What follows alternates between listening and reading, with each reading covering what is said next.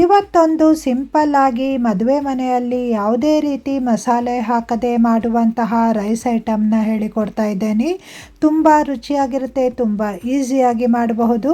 ಹಾಗಾದರೆ ಬನ್ನಿ ಮಾಡುವ ವಿಧಾನ ನೋಡೋಣ. ಹಾಯ್ ಫ್ರೆಂಡ್ಸ್, ಎಲ್ಲರಿಗೂ ನಮಸ್ಕಾರ. KR ಚಾನಲ್ಗೆ ಸ್ವಾಗತ. ನಾನು ನಿಮ್ಮ ರೂಪ.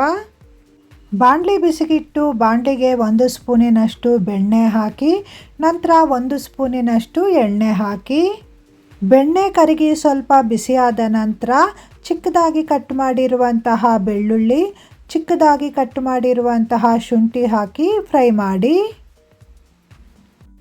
ಇದು ಸ್ವಲ್ಪ ಫ್ರೈ ಆದ ನಂತರ ಇದಕ್ಕೆ ಚಿಕ್ಕದಾಗಿ ಕಟ್ ಮಾಡಿರುವಂತಹ ಈರುಳ್ಳಿನ ಸೇರಿಸಿ. ನಾನಿಲ್ಲಿ 1 ಈರುಳ್ಳಿ ತಗೊಂಡಿದ್ದೀನಿ. ಈಗ ಈರುಳ್ಳಿನ ಸ್ವಲ್ಪ ಫ್ರೈ ಮಾಡಬೇಕು.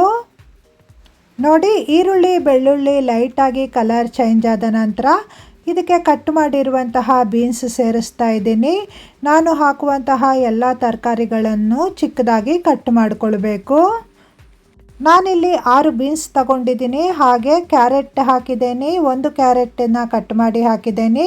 ಹಾಗೆ ಅರ್ಧ ಕ್ಯಾಪ್ಸಿಕಮನ್ನು ಕಟ್ ಮಾಡಿ ಹಾಕಿದ್ದೀನಿ. ಈಗ ಈ ಎಲ್ಲ ಪದಾರ್ಥಗಳನ್ನು ಹೀಗೆ ಫ್ರೈ ಮಾಡಬೇಕು. ಈ ತರಕಾರಿನ ಹೆಚ್ಚು ಬೇಯಿಸಬಾರ್ದು, ಸ್ವಲ್ಪ ಫ್ರೈ ಮಾಡಿದ್ರೆ ಸಾಕು. ಇದು ಲೈಟಾಗಿ ಫ್ರೈ ಆದ ನಂತರ 1/4 ಕಪ್ಪಿನಷ್ಟು ಸ್ವೀಟ್ ಕಾರ್ನ್ ಹಾಕಿದ್ದೇನೆ. ಹಾಗೆ 100 ಗ್ರಾಮಿನಷ್ಟು ಪನ್ನೀರನ್ನು ಕಟ್ ಮಾಡಿ ಹಾಕಬೇಕು. ಸ್ವೀಟ್ ಕಾರ್ನ್ ಜಾಗದಲ್ಲಿ ನೀವು ಬಟಾಣಿ ಬೇಕಾದರೂ ಹಾಕ್ಕೊಳ್ಳಬಹುದು.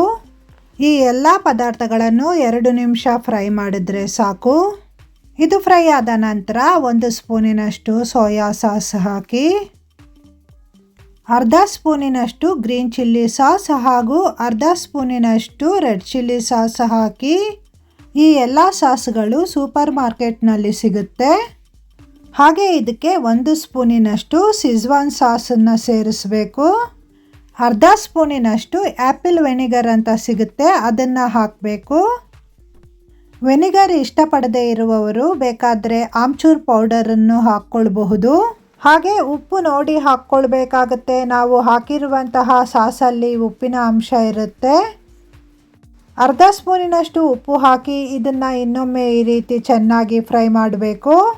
ಇದು ಫ್ರೈ ಆದ ನಂತರ 1 ಸ್ಪೂನಿನಷ್ಟು ಕಾಳು ಮೆಣಸಿನ ಪುಡಿ ಹಾಕಿ. ಸಾಸಲ್ಲಿ ಖಾರದ ಅಂಶ ಇರೋದ್ರಿಂದ ಪೆಪ್ಪರ್ ಪೌಡರನ್ನು ನೋಡಿ ಹಾಕ್ಕೊಳ್ಳಿ.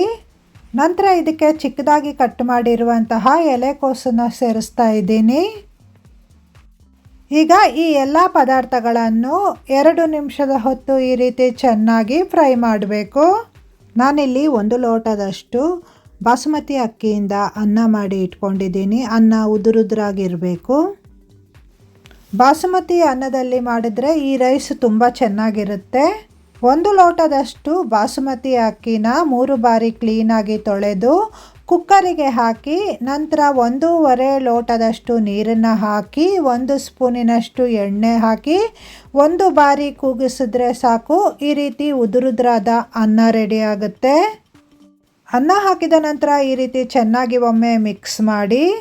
ಇದನ್ನು ಈ ರೀತಿ ಚೆನ್ನಾಗಿ ಮಿಕ್ಸ್ ಮಾಡಿದ ನಂತರ ನಾನಿಲ್ಲಿ ಈರುಳ್ಳಿ ಹೂವನ್ನು ಈ ರೀತಿ ಚಿಕ್ಕದಾಗಿ ಕಟ್ ಮಾಡಿ ಹಾಕಿದ್ದೇನೆ. ಈರುಳ್ಳಿ ಹೂವನ್ನು ಇಂಗ್ಲೀಷ್ನಲ್ಲಿ ಸ್ಪ್ರಿಂಗ್ ಆನಿಯನ್ ಅಂತ ಕರೀತಾರೆ. ಈಗ ಈ ಎಲ್ಲ ಪದಾರ್ಥಗಳನ್ನು ಒಮ್ಮೆ ಚೆನ್ನಾಗಿ ಮಿಕ್ಸ್ ಮಾಡಿ ಸ್ಟವ್ ಆಫ್ ಮಾಡಿ. ನೋಡಿದ್ರಲ್ಲ, ರುಚಿಕರವಾದ ಒಂದು ರೈಸ್ ಐಟಮನ್ನು ಯಾವುದೇ ರೀತಿ ಮಸಾಲೆ ಪದಾರ್ಥಗಳು ಹಾಕಿಲ್ಲ. ಹಾಗೆ ಇದನ್ನು ವೆಜ್ಜಿ ಪನ್ನೀರ್ ಫ್ರೈಡ್ ರೈಸ್ ಅಂತ ಕರೀತಾರೆ. ನಿಮಗೆ ಯಾವುದೇ ರೆಸ್ಟೋರೆಂಟಲ್ಲಿ ಈ ರೀತಿ ರುಚಿಕರವಾದ ರೈಸ್ ಸಿಗಲ್ಲ. ನೀವು ಒಮ್ಮೆ ಟ್ರೈ ಮಾಡಿ ನೋಡಿ, ಹೇಗಾಗಿದೆ ಅಂತ ನನಗೆ ಕಮೆಂಟ್ ಮೂಲಕ ತಿಳಿಸಿ. ವಿಡಿಯೋಗೊಂದು ಲೈಕ್ ಮಾಡಿ, ಶೇರ್ ಮಾಡಿ, ಸಬ್ಸ್ಕ್ರೈಬ್ ಆಗಿ. ಎಲ್ಲರಿಗೂ ಧನ್ಯವಾದಗಳು.